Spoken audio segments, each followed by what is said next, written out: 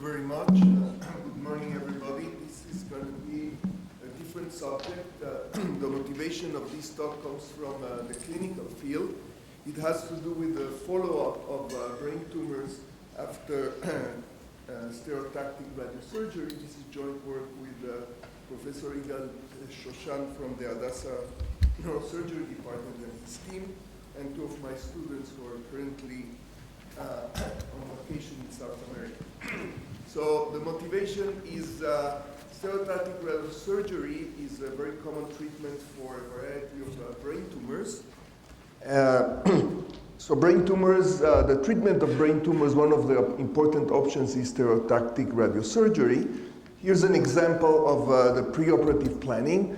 The surgeon has to delineate precisely what is the area of the tumor to be treated, and also the areas of the brain that do not need to be affected. The planning is performed on an MRI scan with gadolinium, and once the planning is performed, the patient is treated in one single session. It is important after the treatment to do a post-stereotactic surgery evaluation. It's performed on a follow-up MRI scan with a similar protocol. It doesn't have to be in the same institution. And the goal here is to determine whether the treatment was effective. It could be in a single tumor or several tumors, as you see here. And the goal, the most accurate way of determining if there is a difference is basically looking at the tumor volume difference. It has been shown to be the most accurate and reliable method to do that. Of course, this would require manual delineation, and this is time consuming, and it can introduce different biases. But basically the idea is that once you get the volume, you take the difference of the two volumes, and then the clinical indication determine if there was growth, stable, or progression. And based on this difference, we can determine if the physician can determine if there was the treatment is effective. Notice that if there is a large uncertainty or error in the measurement, the clinical decision can be different. If we have an uncertainty range of 10, 20, or even 30% based on linear measurements, then the diagnosis is not going to be effective. So it's not only a time-consuming task, but it's also inconsistent because, for example, if you see down here, you see that the border of the tumor was defined here. This is a blood vessel. It is important to copy this decision not to include this blood vessel in the post-operative scan to determine the correct volume. Okay, so this is the right delineation. As you see, only based on gray values, it is not possible to determine what is it. If somebody else makes this delineation, then there's going to be a bias in the volume, and of course the clinical decision is not going to be the right one. So the idea is to develop a computer program that can basically take the preoperative delineation and preserve implicitly the criteria that was used for the post-operative delineation and therefore perform the measurement. So we want this to be automatic, and it has to rely on the baseline delineation. So the target brain tumors that we're looking at are the most common ones, the meningioma. They can appear anywhere in the brain, and this is a challenge because for the segmentation, the nearby structures can be anything in the brain, almost anything. Here's an example of different locations. They have different names and different sizes and locations. That means that we don't have a shape prior or an intensity prior for these different types of tumors. As you see, they come in different types and sizes. Another type of tumor that we also look at is the vestibular schwannoma. These are benign tumors near the hearing system, and these occur in a very specific place, of course, but again, the shape is small and the changes can be very small. As you see, you really need to be an expert to be able to determine what is the blood vessel and what is the part of the tumor. And as you see here also, these tumors grow or shrink very slowly, so the exact determination of what is the difference in the volume is important for the clinical decision. So basically our method is a computer-based method in which the input is the baseline scan, the tumor delineation, and the follow-up scan. We of course perform a three-dimensional registration of the two scans. We perform an initial segmentation based on the strong shape prior, and then we apply an advanced active contour method to do that. And in the end, we can obtain the delineation and, of course, the tumor difference. So here's an example of the registration. You take the initial delineation, as you see here in red, you register the scans, you copy that, and this gives you a very strong shape prior. You more or less know where the tumor is and what the shape and the different borders are. You see that there are areas that changed and others that did not.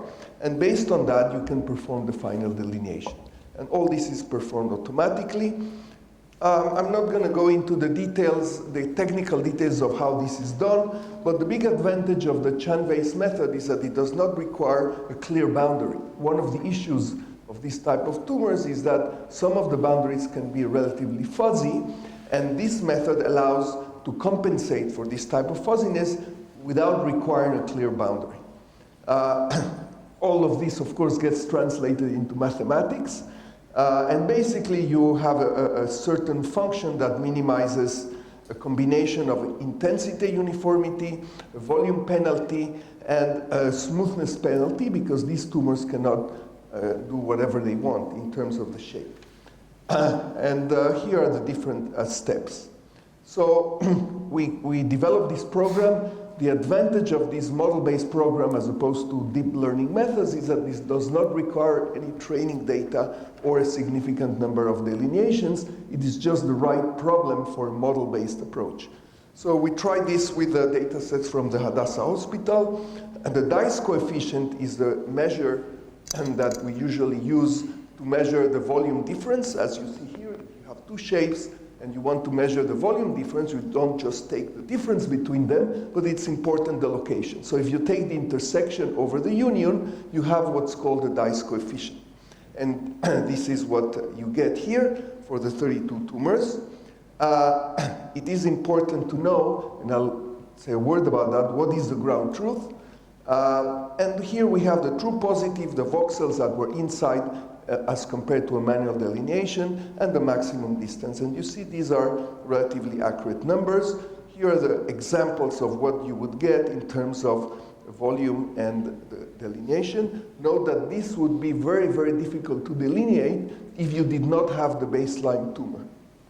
So we also did the experimental result on the vestibular schwannomas, and on these, it was important to determine, we have a very wide range of sizes. You see very small tumors up to relatively large ones with a relatively large time span.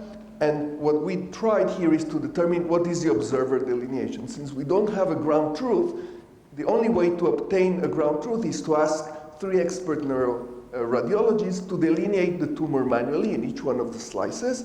And basically, as you see here, some of the borders are very clear. It's only a matter of a pixel or 2 in the delineation difference. But others, it is subject to interpretation, as you see here. And this is called the observer variability, and this is the truth. Basically, we don't have the ground truth, but we can quantify what is the observer variability. And therefore, we can provide the measures based on what is the observer variability. As you see here, much larger variability in certain areas, depending on what are the structures that are nearby. There is a volume agreement. The algorithm produces 89% agreement of the volume compared to 91% between the observers. So the observer variability, you cannot do better than the observer variability. And this basically shows that the algorithm is very close to the consensus of 3 observers. And more importantly, since this is used for taking a clinical decision, we took these 27 scans and asked the clinician what would be the clinical decision based on the manual measurement and the clinical decision based on the algorithm measurement. And in this case, we found that in 25 out of 27 cases, the clinical decision was the same, meaning the algorithm is producing the data that leads to the right clinical decision. In one of the cases, the variability was very large, the boundaries were very fuzzy, and therefore the observer variability was large, so it was inconclusive. So in summary, we have the first fully automatic segmentation algorithm. I would say for brain tumors, we tried vestibular schwannomas and meningioma, which are the most common ones. Fast-growing tumors such as high-grade glioblastomas would not be terribly interesting because the changes are very large, and this is not. It's really for slow-growing tumors and for appreciating the treatment. The volume agreement is very high. We tried also to compare that with standalone or single delineation. If you try to delineate the tumors without taking into account the baseline, the variability is much smaller. The accuracy, it's much lower. And this basically means that incorporating the prior knowledge is the correct way to go here and to obtain these scans. What we're currently doing is, in addition to the follow-up of the tumors, I talked mostly about a single tumor, but of course this can be applied to several ones.